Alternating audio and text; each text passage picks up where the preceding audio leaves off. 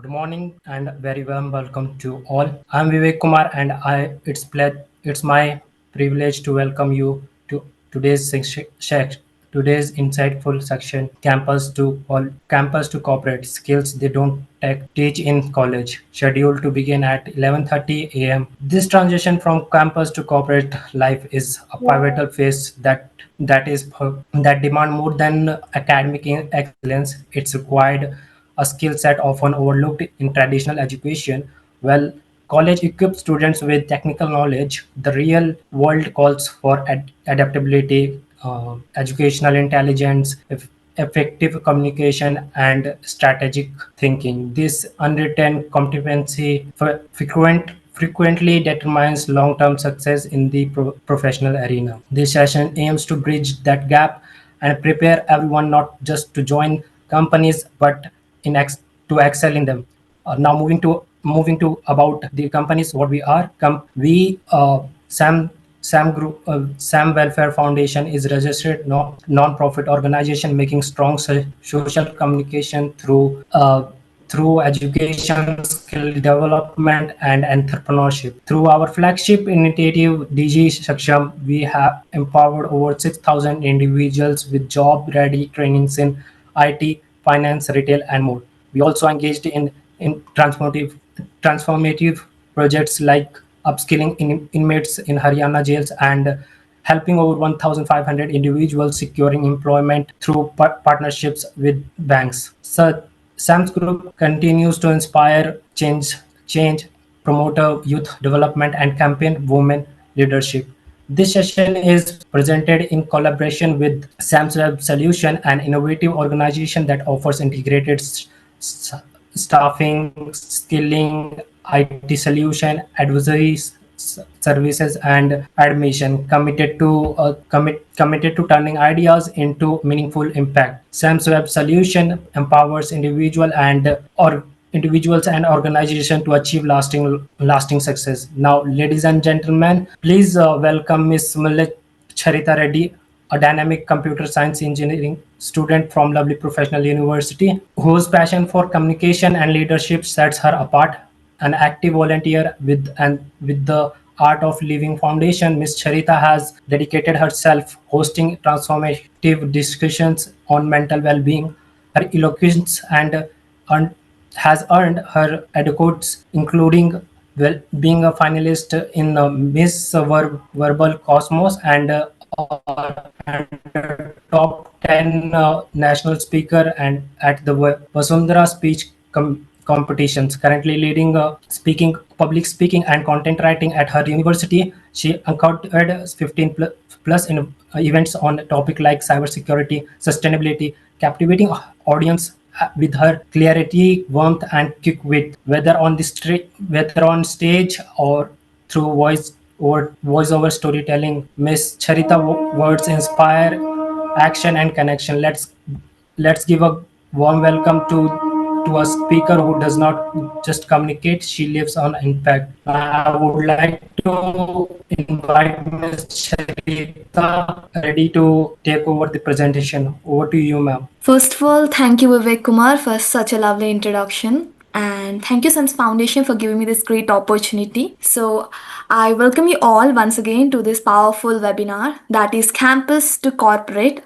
a practical and professional transition guide. So, once again, I'm going to say that I am Mule Charitha Reddy and all the tags, whatever given by Vivek Kumar.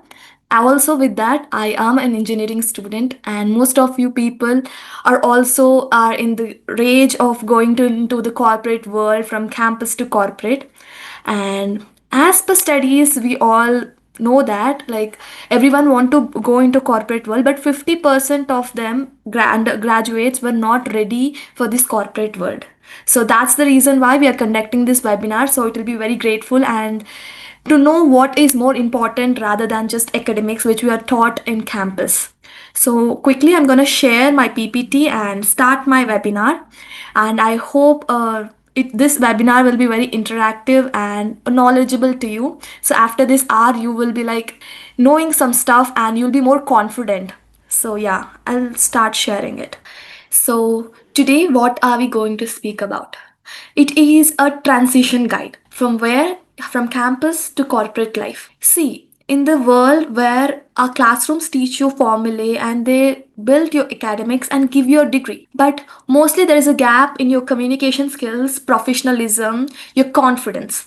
So to bridge that gap, this webinar is for you. So I am Mule Charitha Reddy, starting with this webinar. Okay, what are the key aspects do you think which the campus don't make you learn, but they play a crucial role in corporate life? Do you have any idea, like what are the different skills? You can type on chatbot, or I can just go with my flow. So they are like majorly that's 8 to 9 key components. If you come to the majority, the first thing it goes is communication. Your CGPA does matter only when you're able to pitch your thoughts confidently in front of someone. And communication is not about some fancy words, or it's not about a grammarly or something. It is currency. It is a currency where you can buy your investor to pitching you, where you can buy trust from your teammate, and where you can actually know how what to speak, and sometimes your silence is more powerful than words. So when we speak about communication, there are different type of communication when it comes to corporate life. Majorly there are four types. These four types are really very important in corporate communication. First one is verbal, most of you will know. Second one is non-verbal. Third one, the most important one, is written communication. Fourth and last one is the most ignored communication but also important communication, that is listening. When we come and speak about the verbal communication is all about words. No. Verbal communication is not just about fancy words or fluent English. It's about your pitch, your tone, how is your voice modulation? How are you actually putting your words together and making people understand? You have to make it, your communication should be powerful enough that other people should understand and act accordingly. So here in verbal communication, your words should be simple. Better it should be simple in corporate world, because you have to make them understand. You don't need to be a grammar Nazi. You just need to speak a simple and flowful English, and then you have to maintain a good clarity in your tone and clear. And you have to know what type of communication you have to convey. Mostly it should be professional, but if you're in interview, try to be more formal. Or if you're speaking a casual teamwork, you have to include some appreciation and some clear professional notes. These all come under verbal communication. It's like how you are speaking and how well other people are understanding and acting accordingly. The second one is non-verbal communication. It's your hand gestures, it's your position, your posture, your eye contact, and how you're replying to others. Are you just sitting numb and like listening? And how other people will think? Like you have to make them understand that yes, I am listening to you, and respond accordingly. Give some nice gestures. This will actually play a key role. 55% of communication will come from the non-verbal communication. And the third and foremost important thing in corporate world especially is written communication. Here you don't need to use words in a spontaneous way or on spot, but you have to write something. You can say email writing, report writing, and WhatsApp messages will also come under the written communication. Emails plays crucial role when it comes to corporate world actually. If you take an example, like 2 emails were written of same matter. First one is like, hey, I need project details ASAP, thanks. This is the first email you think. The second email is, dear, first you have to mention the greetings, dear sir or madam or respective designated person. Hope this email find you well. I need project details as earlier as of your convenience so that I can move to the further step. Thank you. Which one sound more appealing to you? Which one will get an earliest reply, do you think? The thing is second one. So you have to know how to write a formal or professional email writing, because email writing is really important while fetching your job, after job, while reporting to your boss, or even after as a HR, how you're actually going to your clients and dealing with them. So written communication plays a very vital role when it comes to the corporate communication. The third one is listening. See, most of you think that listening is nothing but waiting for your turn until you have to speak. But actually, no. You have to listen to the person so that it makes in a group discussion importantly. After listening, you can build the conversation. You can put your words and you have to think in their perspective also. By listening, you can develop the skills like understanding in different perspectives and putting yourself in other shoes. And by that, you can build a conversation which actually makes connection, connecting link from one conversation to other conversation and makes it engaging. So sometimes a silent pause or listening actually plays a vital and key role comparing to you speaking a fluent or very cluttered English. Instead of being cluttered, be organized. So what are the mistakes you can avoid when you're speaking in a when you're communicating? First thing is judgmental. Like, you don't be scared of judgments, because yes, you cannot be pro, and you can never be perfect in communication. All it will comes by practice. Like today, communication should be better than yesterday. It should not be like perfect. The day I start communicating, it won't be perfect. It is like this is not gonna happen. So you have to learn day by day, and you have to come. You should not think about the judgment. And next, instead of speaking very fast and cluttered English or just adding lot of fillers in your language doesn't help you. Instead, you think, speak, and if you can't process, take a little pause, smile, show some gestures, and then again think and speak. Think, speak, pause. This will actually make your communication smooth, fluent, and looks very appealing. So, when next thing is like your clarity and tone. What does matter?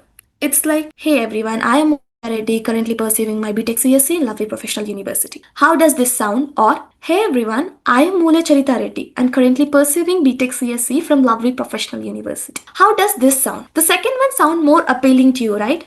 Because you know where to stress, how to maintain your tone, and how you're speaking. Your voice modulation does matter. See, instead of going like a paragraph or AI speaking person, it's better to be involved while you're speaking, add some nice gestures, and speak slowly but effectively. This will actually engage between two persons or in a team. The next thing is body language. Always try to maintain your posture, not only in corporate world or at home. Maintaining your posture makes you feel like a confident person, and use a little bit of hand gestures. Don't overuse it. If you have a habit of using a lot of hand gestures like me, I'm a person who can't speak without the hand gestures. But I don't try to make it look very unnatural. It should look very natural and it should come within you. If you can't do a lot of hand gestures, just try to make it minimal like this. You just be like this. While putting a point, use this kind of hand gestures. This will actually make that you are putting some efforts while communicating, and this will actually look appealing to the other person. And next is active listening. Practice this daily, like fully engage in group discussions. First listen, don't take the initiative at starting. You just listen, because GD plays a vital role in corporate job, because that will be your second round of your qualifying for your jobs.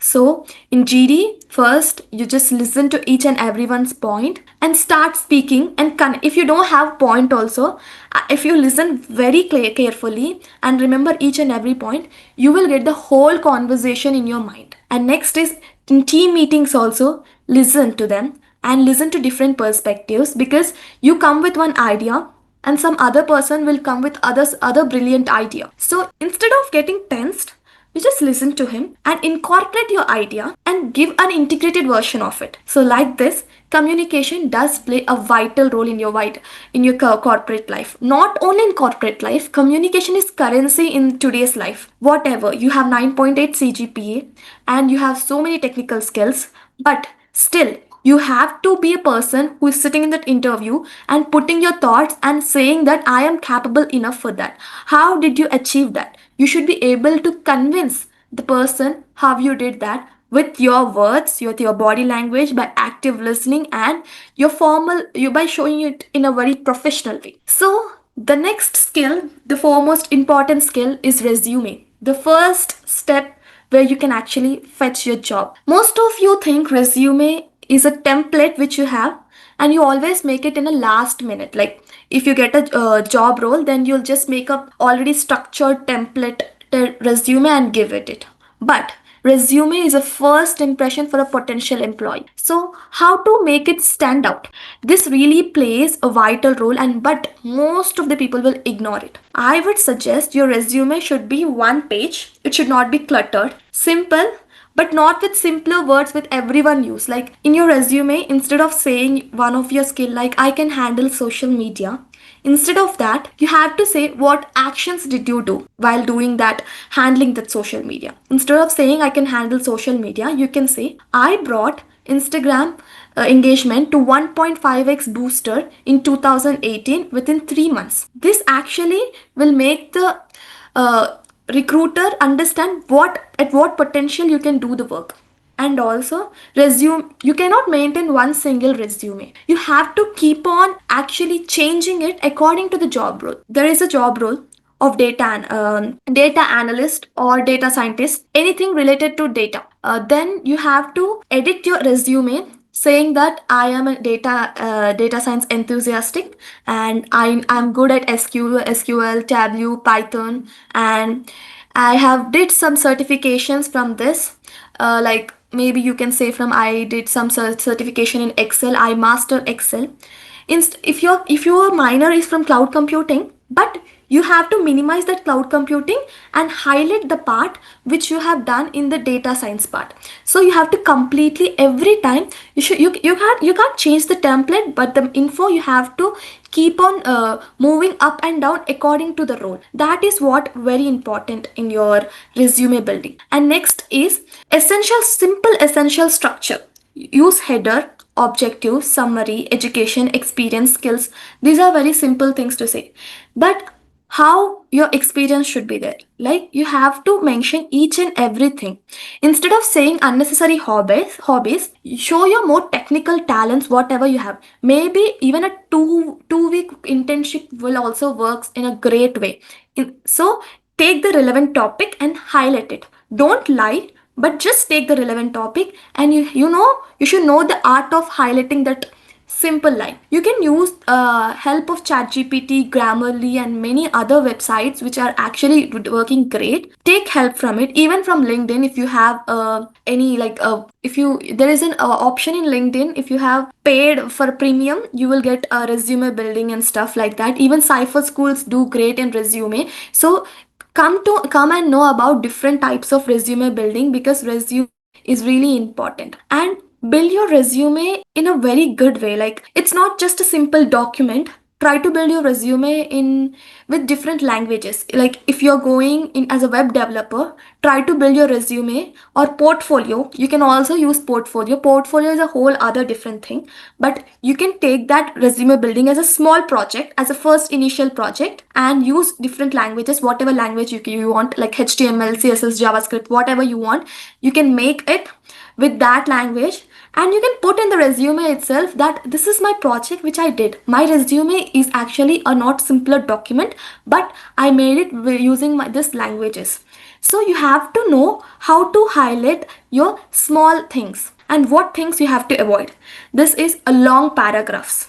Irrelevant hobbies, like apart from your technical skills, you can say I'm good at this and that, but you cannot say I'm a dancer, I'm a singer. That doesn't stay relevant to the topic. And generic sentences. What is generic sentences? Like I'm hardworking, I'm sincere. Instead of saying I'm hardworking, sincere, a noun, you just say a verb. Like you have to show a proof. Instead of saying hardworking, I worked 8 hours in my internship, even though it was 6 hours, just to complete my work. By that, they will know that you are hardworking or smart work person. You can say, I am a person who tried to always look shortcuts but built an efficient website. So instead of using the simpler words, use what kind of thing impacted in that skill. Like how you are hardworking, how you are very good at your marketing. You have to show with some examples. Your resume is a first impression, first pitch to fetch your job. The next one is LinkedIn. LinkedIn is your online business card. Once resume, now a resume is incomplete without their LinkedIn link. So, maintaining your LinkedIn will actually give a huge weightage while fetching a job. Actually, what are the key profile sectors? You have to have a headline like which what are you doing. Like right now, if you're a student, you just say which university you're actually studying in, or you're doing an internship in certain company. First mention that internship company, then the university. First add the most valuable thing like you hold in your hand right now. Then if you're searching for a job, then you have to write what kind of achievements technically you did for that job. For example, you have participated in hackathons. You can write, I participated in this hackathon, because you're fetching for a technical job. Hackathon will actually have a lot of weightage. So you can do that.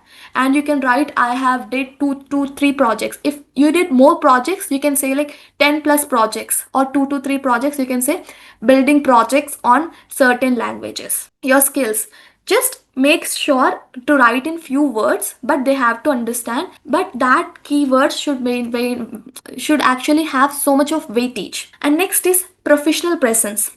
You have to be very professional, and the photo and background picture which you have in the LinkedIn sector plays a vital role. The first photo should be very professional way, better in formals or business attire. It gives a very good and clean appearance to the customer, like to the clients or to the recruiters.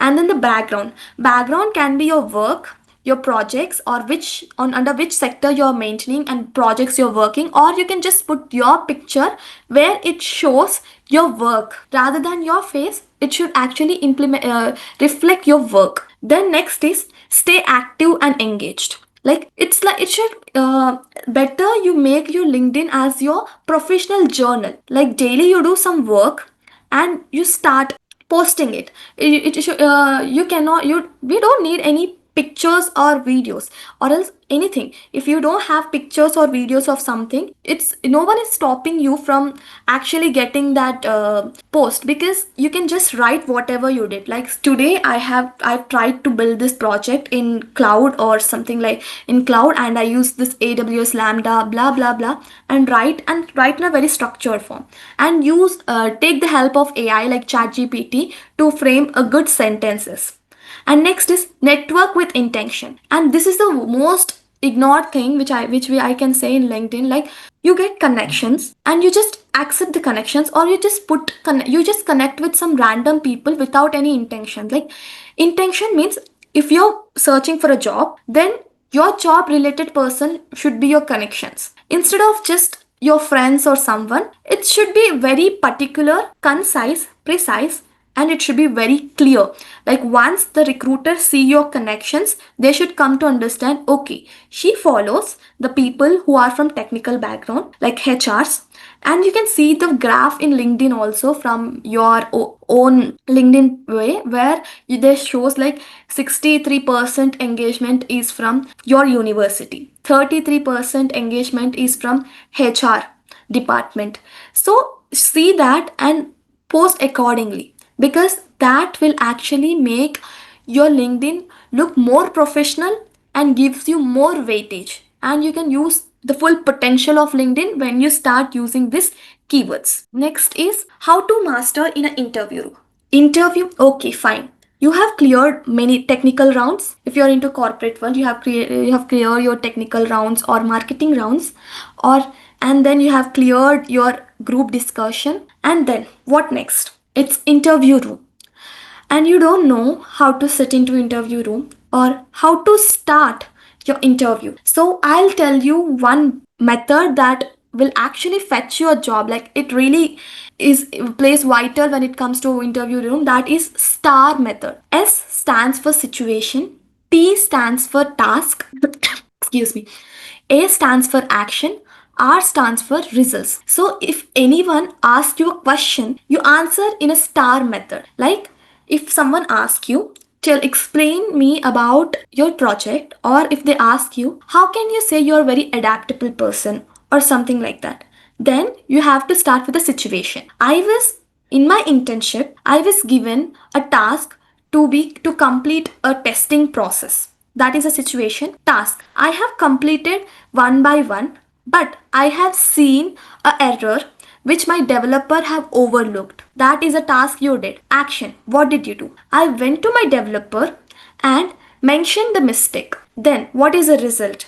He agreed, by the way I communicated, and he resolved the job. Like this, I made a teamwork work on a really good way. So, first you have to explain a situation where it all started from, what task did you do, and what task it is given to you, and what action, like how did you perform in that, and what is the outcome of it. That is the STAR method.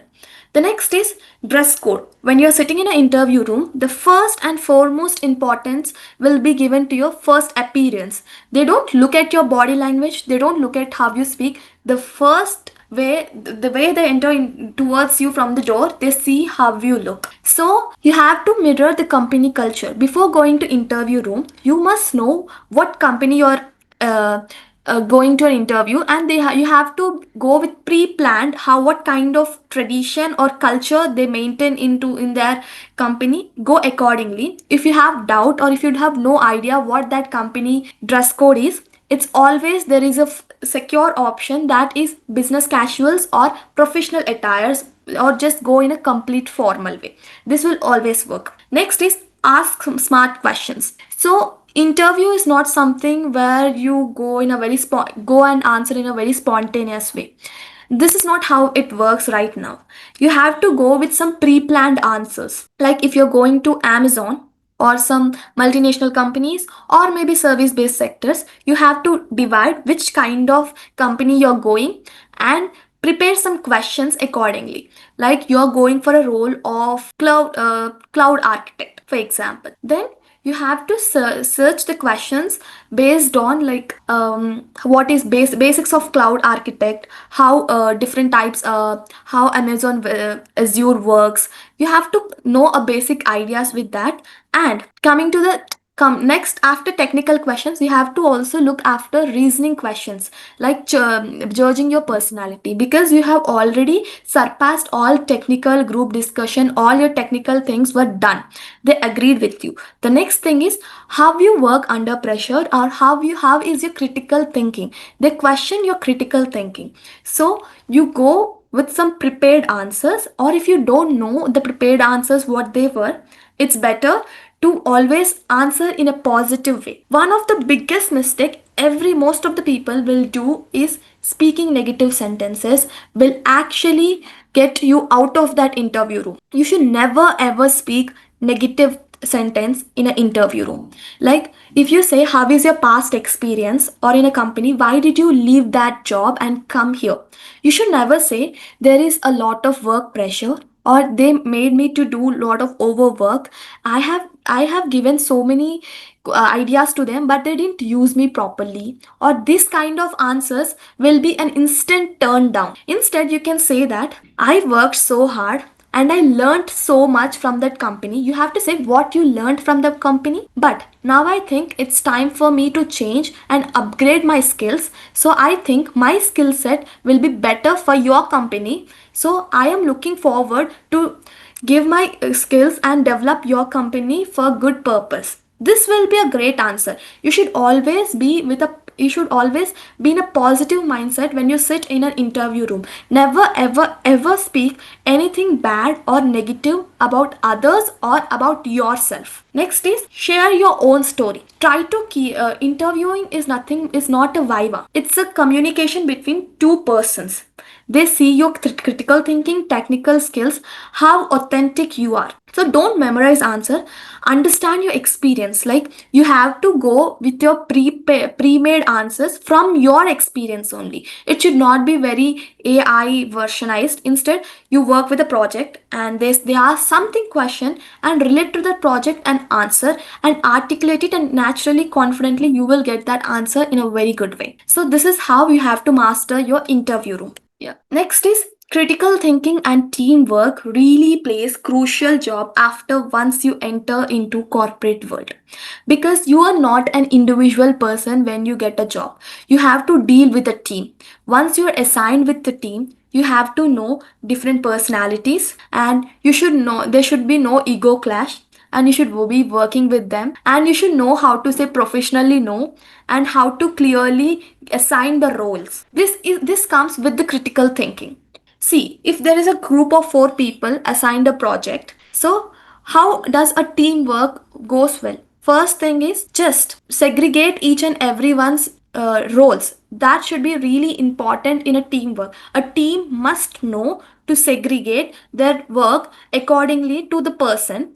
If you fail over here, the whole team will be in a very hurry, and it will be very clutter end of the day. So assign the jobs, and you have to communicate in a very in a chain manner. Like, you have to build one chain. Like, after one job, what is the next job, what is the next job to do, what is the next job, and always be ready with the plan B. Like, what if this chain breaks, what is a plan B? You have to make sure and try to maintain a professional friendly environment in your corporate world while you're in a team.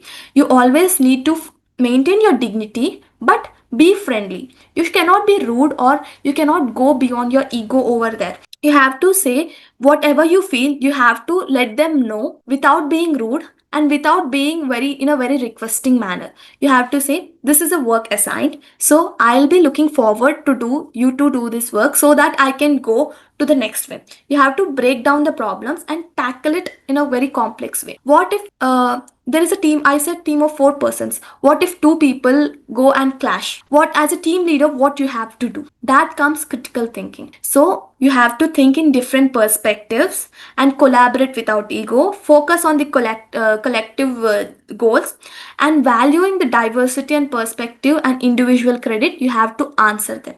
Like, challenges will start when you dig into the root. So you have to make a clear conversation with everyone. Avoid individual speaking. Just make sure and make them feel that whatever the environment is very friendly and professional, and make them understand. It's better to break down the problem and segregate and do it in a very important and manageable way. This is how a critical thinking and teamwork will always go hand in hand when it comes to corporate world. And teamwork is not does not start only in corporate world. It starts from your college project groups. So from there, you try to understand.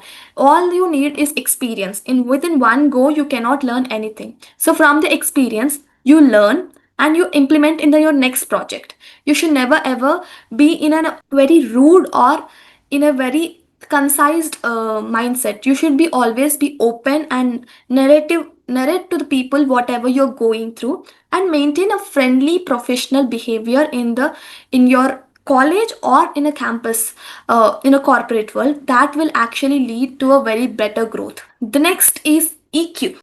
IQ will give you CGPA and get you job, but EQ will get you promoted.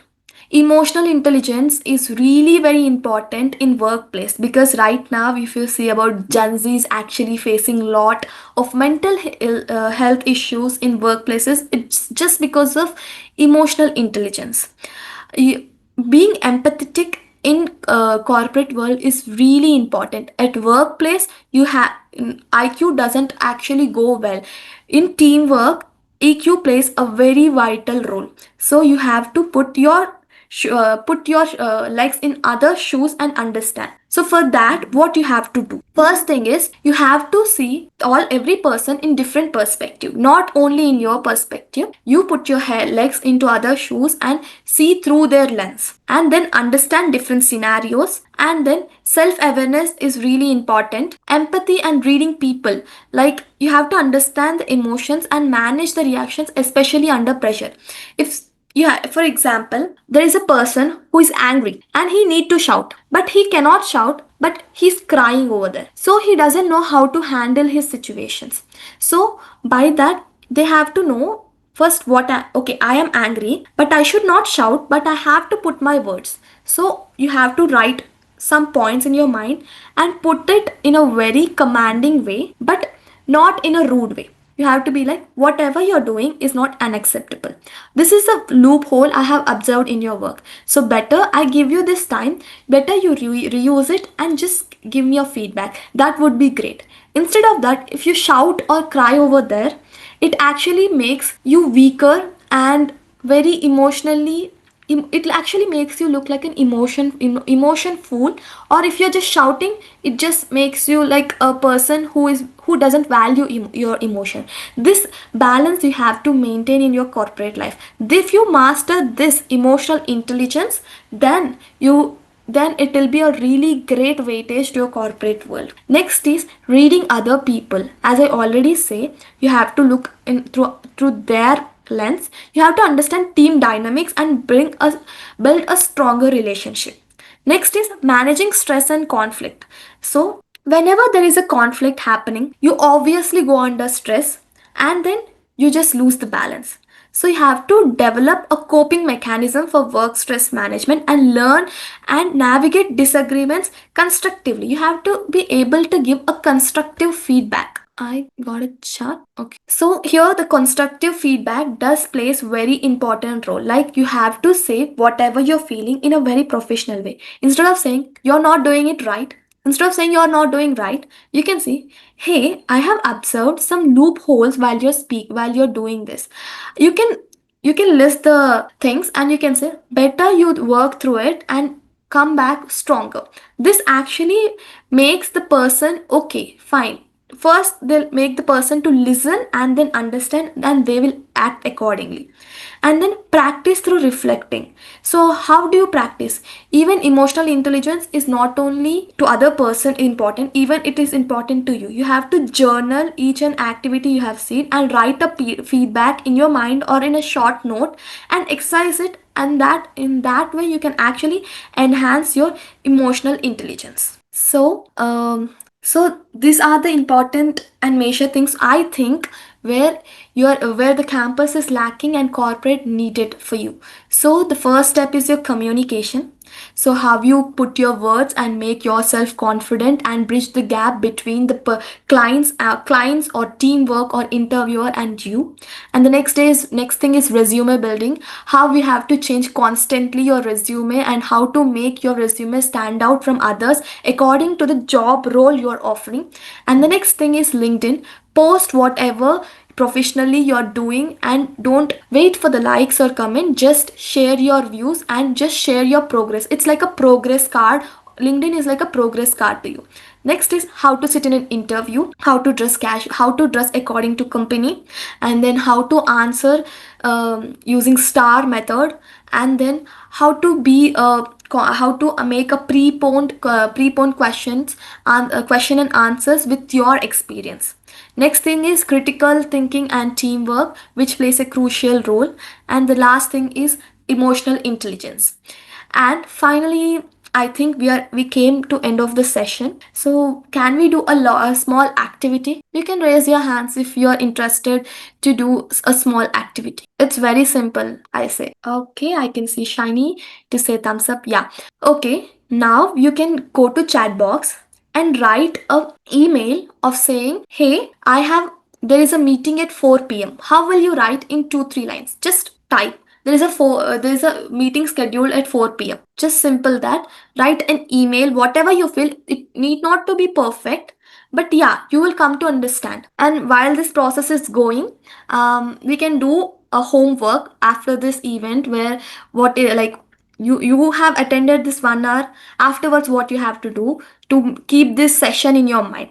First thing is go to your LinkedIn and actually edit all your things, because right now everyone LinkedIn is very accessible. So change your headers, change in everything, and try to post whatever you feel like. Today I have attended this meeting, so you can screenshot it and you can put a LinkedIn over there, and in LinkedIn you can say that I have attended this meeting and I got this insights, or whatever you feel you can actually write that.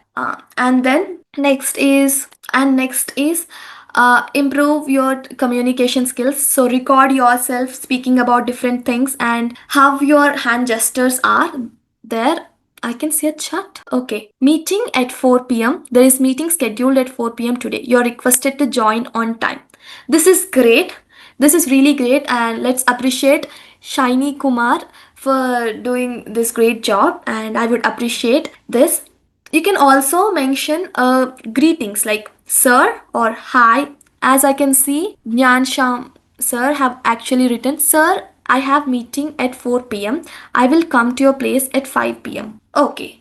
The question I asked here is you have to write an email to a person that you are scheduling a meeting to that person. Here, the active listening plays a crucial role, but you have understood a different way. Like, "Sir, I have meeting at 4 p.m. I'll come at your place at 5 p.m. That is not the question I asked. Here, the communication plays a vital role, that is listening communication. Okay, 8 km, sir. Excellent presentation indeed. Thank you so much for your compliment. It would be a great feedback for me. Thank you so much. So, the last homework I would say, yes, the last homework I would say to you all is just go to your LinkedIn and enhance it. And you can actually follow me in LinkedIn. I'll just chart my LinkedIn name and let's collaborate together and enhance our skills together. You can actually connect with me. I'll connect you back within 1 2 days or maybe after this meeting. Yeah. Any Q&As? It's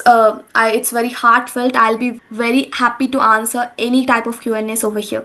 Madam, you told about the critical thinking. Yes. Yeah, yeah. When a person joins a company and he finds new persons in the team, Mm. and Yes. the persons are dominating over you, Yes. uh, how to find out critical thinking on those people? This is a great question. Yes, domination is one of the key aspect in your not only in corporate life, in any a sector. Now, domination is something is being held throughout the process. The thing is, you need to stand out for yourself. You should never be rude because they are your boss and they are dominating your work. So you have to act smart accordingly. Like if the work is given to you to do a presentation or to do some type of work is given to you, you do only that work. Don't do anything extra until it reaches to your higher authorities than the dominating persons. Like don't do anything extra because here you're doing something extra or you're trying to pitch your idea to that person's there. That's the reason why they're dominating you over here.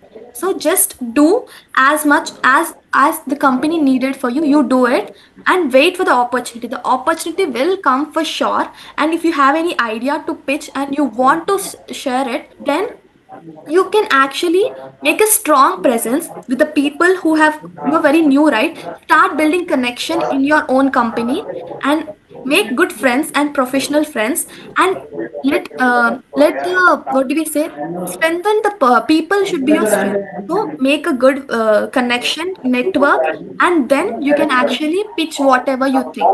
For now, you have to focus on improving your connections, like speak to other people. You should not be isolated. Speak to the people who are at your level only. Speak to freshers, make a good connection, make a good team, and then your job will be assigned to you, right? To do some work. Just don't overdo it. Just do how much they ask you. You do it perfectly and give it in a very punctual way. You just maintain one discipline and then once you get an opportunity then you show your true yourself.